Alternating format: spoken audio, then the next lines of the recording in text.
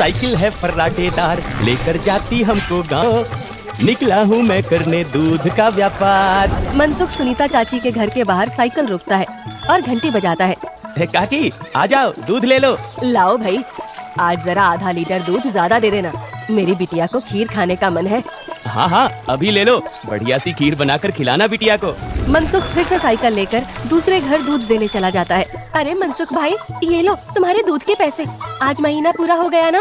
हाँ दीदी लाओ दो, आपका हिसाब एकदम साफ रहता है, आप एकदम समय पर पैसे दे देती हो।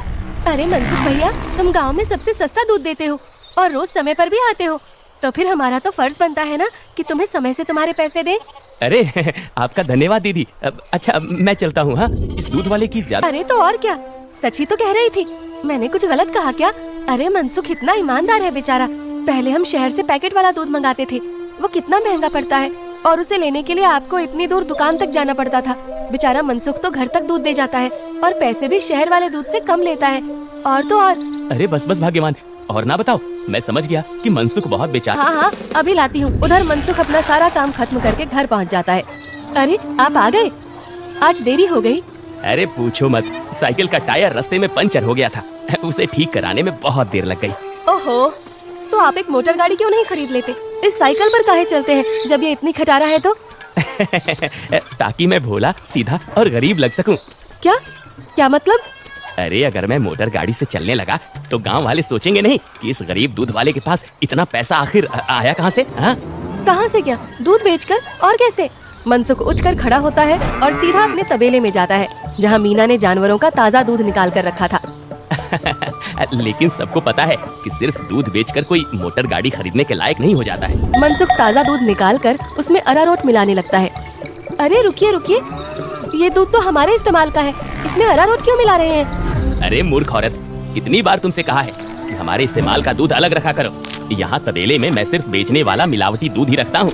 जी जी माफ करिएगा, अभी हटा देती हूँ। गाँव वालों की सोच के विपरीत मनसुख राम तो एक बहुत ही लालची और चालाक दूध वाला था। मीना दूध हटाकर ले जाती है और मनसुख हंसता हुआ खुद से कहता है, गांव वालों की नजर में मैं एक बेचारा गरीब दूध वाला हूँ, तो वही रहने दो। मेरा असली चेहरा कभी किसी के सामने नहीं आ पाएगा। और मैं ऐसे ही मिलावटी दूध बेच बेच कर बहुत सारा धन जमा करता रहूंगा।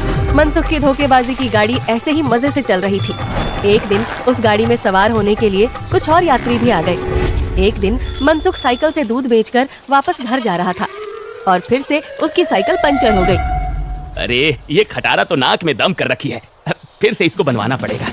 मनसुख छोटू पंचर वाले की दुकान पर जाता है। अरे भैया फिर से आ गए आप? अरे अब तो आप एक नई साइकिल ले ही लो, आपकी साइकिल का पंचर बनाते बनाते हम थक गए भाई।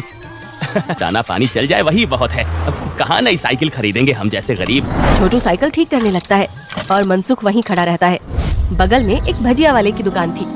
अरे भैया इसे ठीक करने में 15-20 मिनट लगेगा, आप कब तक खड़े रहेंगे? जाइए सामने जाकर भजिए वाले की दुकान पर बैठ जाइए ना। अच्छा ठीक है, जब काम हो जाए तो मुझे बुला लेना। मनसुख भजिया वाले के पास जाकर कहता है, लाओ भैया जरा एक प्लेट भुजिया खिलाओ। हाँ भैया अभी लो। मनसुख के ठीक सामने दो आदमी बैठे हुए थे। दोनों कुछ विचित्र से दिख रहे थे, जैसे वसूली करने वाले गुंडे हों। मनसुख जरा संभल कर बैठ जाता है। अचानक से उनमें से एक आदमी को जोर से खांसी आने लगती है। अरे कैसी भजिया बनाई है तूने? नालायक। अरे अरे क्या हुआ भैया जी? अरे जल्दी पानी लाओ। अरे भैया पानी तो खत्म हो गया है, मैं अभी कुएं से लेकर आता हूँ। तो क्या खो, तब तक मैं खांसता ही रहूंगा।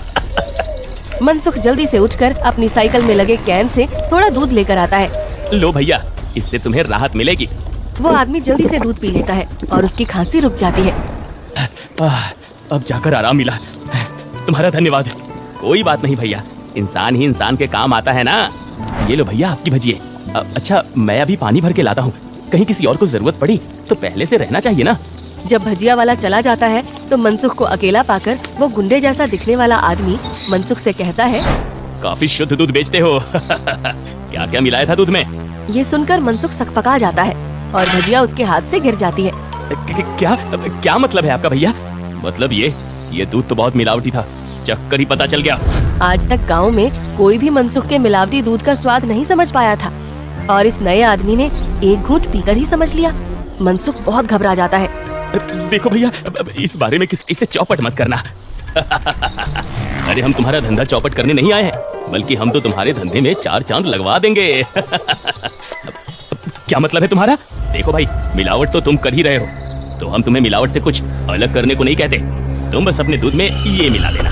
वो गुंडा मनसुख के हाथ में एक पाउडर की पुड़िया थमाता है। ये क्या चीज है भाई? नहीं, ये नशे वशे का व्यापार नहीं करता मैं। ये सब तुम अपने ही पास रखो। अच्छा, मतलब सिर्फ दूध में अरारोट मिलाने का व्यापार ही करते हो? चलो ठीक है, कोई बात नहीं। हमने सोचा था तुम भी 4 पैसे ज्यादा कमा लो, मगर ये तो अपना अपना भाग्य है। क्या? अरे मैं तो मजाक कर रहा था। मैं तैयार हूँ भाई। अब सामने से आती लक्ष्मी को भला कौन मना कर सकता है। लाओ पुड़िया इधर लाओ। ये हुई ना बात। तो फिर ये लो, इस एक पैकेट को एक बड़े दूध के केन में मिलाना। इससे कम या ज्यादा में नहीं, तभी स्वाद में किसी को अंतर नहीं पता चलेगा। और हाँ, इसे मिलाने के बाद तुम्हारे दूध की डिमांड गांव में 4 गुना हो जाएगी। लोगों को ये बहुत अच्छा लगने लगेगा और चाह कर भी बिना इसे कोई पिए रह ही नहीं पाएगा। एक पुड़िया का 1000 रुपए हुआ। अरे अब ये तो बहुत ज्यादा है भैया। अच्छा, ज्यादा लग रहा है? अब चलो कोई बात नहीं, मत खरीदो। अब ये भजिया वाला आएगा ना, तो इसे ही बेच देंगे। ये तो खुशी खुशी 1000 रुपए में खरीद लेगा। अरे नहीं, रुको, मैं देता हूँ ना पैसे। ये लो। शाबाश, चलो अगले हफ्ते मिलते हैं। मनसुख की साइकिल ठीक हो गई थी और वो पुड़िया लेकर वापस घर जाता है। जब मनसुख दूध में पुड़िया मिला रहा था, तभी वहाँ पर मीना आ जाती है। अरे ये आप क्या कर रहे हैं जी? ये है जल्दी से अमीर होने का शॉर्टकट।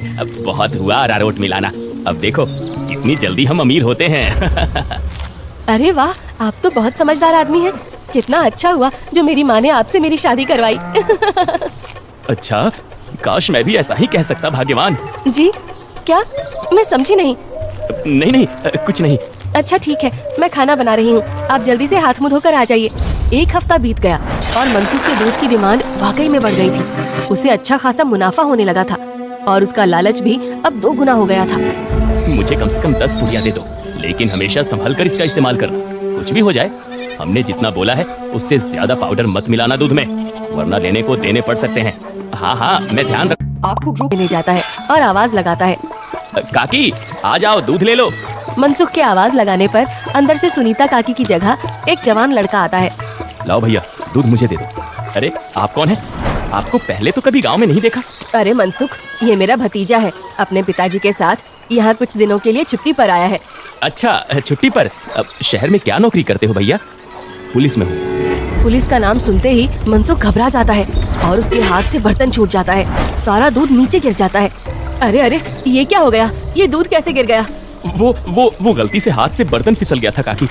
कोई बात नहीं, दूसरा दूध दे दो। अरे नहीं, आज तो दूध खत्म हो गया है काकी, मैं कल आता हूँ ना। अच्छा, अब मैं चलता हूँ। इतना कहकर मनसुख जल्दी से वहाँ से भाग जाता है। मनोज और सुनीता दोनों को मनसुख की ये हरकत बहुत अजीब लगती है। ये इसे क्या हो गया? इसने ऐसा तो पहले कभी नहीं किया। होगी जरूर कोई बात। खैर चलिए अंदर चलते हैं बुआ जी। आज तो बाल बचा। कहीं उस पुलिस वाले को सच का पता चल जाता तो आज तो मैं गया काम से। बाकी की जिंदगी जेल के अंदर काटनी पड़ती। उफ।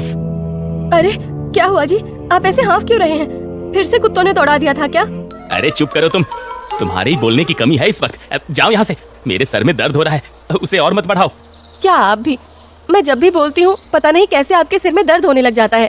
ओहो, तुम्हारे सामने आकर बैठना ही पाप है।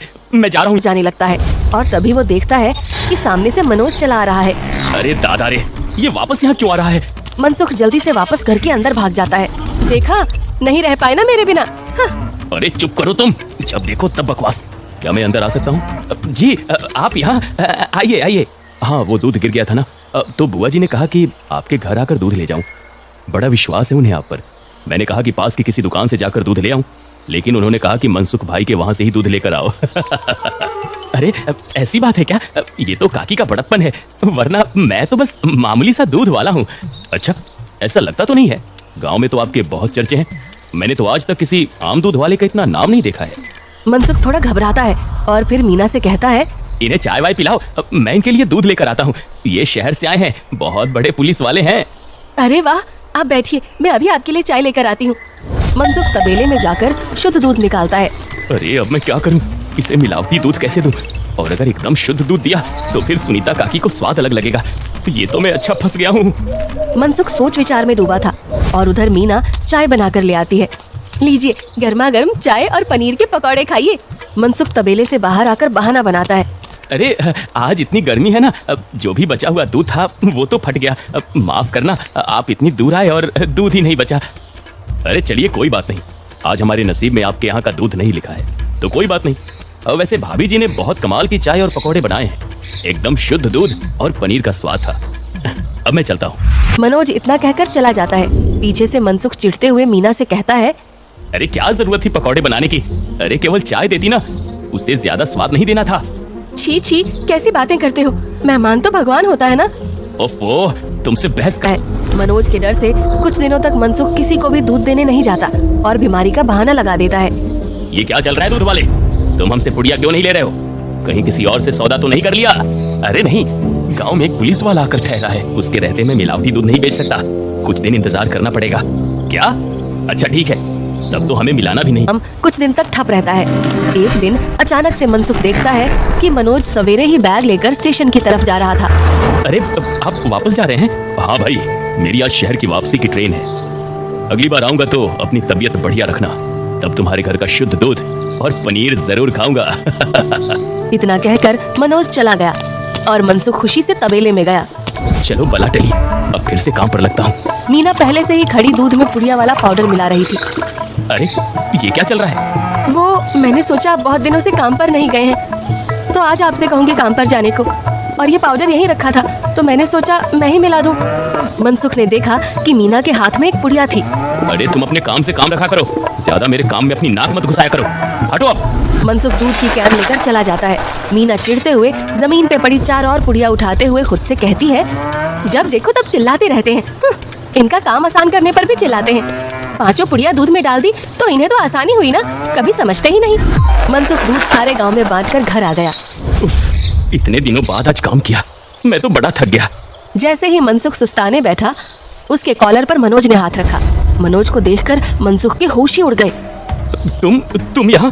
अरे दूध वाले, नशे का तो ठीक है, मगर इतना नशा कौन मिलाता है दूध में कि पहली घूंट में ही आदमी का सर चकरा जाए? क्या ये क्या बकवास है? मैं नहीं जानता ये सब तुम क्या कह रहे हो। अब और तुम्हारी तो ट्रेन थी ना?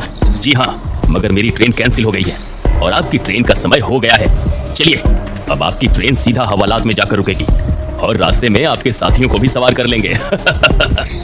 मतलब मैं जैसे ही घर वापस गया, बुआ जी ने मुझे 1 गिलास दूध दिया। दूध पीते ही पता चला कि उसमें कितना नशा था और मेरे जाते ही तुम्हारी तबीयत एकदम ठीक हो गई। बस मैं समझ गया कि क्या हेरा फेरी कर रहे हो तुम। नहीं, कोई हेरा फेरी नहीं है, मैंने कुछ नहीं किया, जरूर किसी ने मुझे फंसाया होगा। शहर से मैंने अपनी टीम बुला ली है, बाकी की तहकीकात तो वो लोग करेंगे। फिलहाल तुम चलो मेरे साथ थाने, बाकी के सवाल जवाब वहीं होंगे। मनोज घसीटकर मनसुख को थाने ले गया और पूरे गांव को लालची चालाक दूध वाले का असली चेहरा दिख गया।